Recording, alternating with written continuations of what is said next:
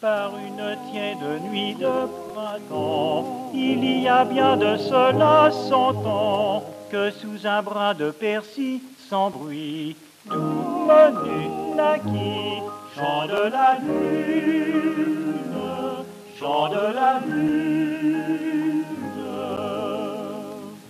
Il était haut comme un champignon, frêle, délicat, petit, mignon, et jaune et vert comme un perroquet, avait bon caquet. Jean de la lune, Jean de la lune.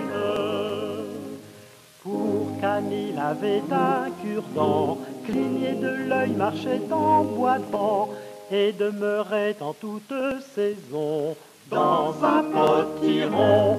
Jean de la lune, Jean de la lune.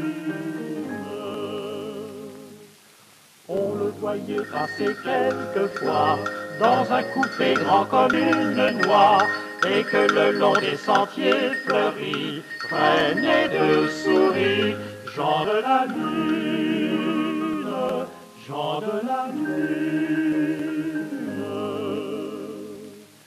Quand il se risquait à travers voies, de loin, de près, de tous les endroits, merle, bouvreuil sur leur mirliton répétait en rond: Jean de la lune, Jean de la lune.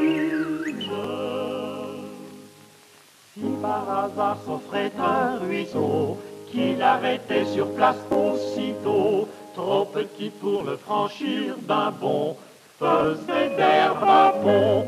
Jean de la lune, Jean de la lune.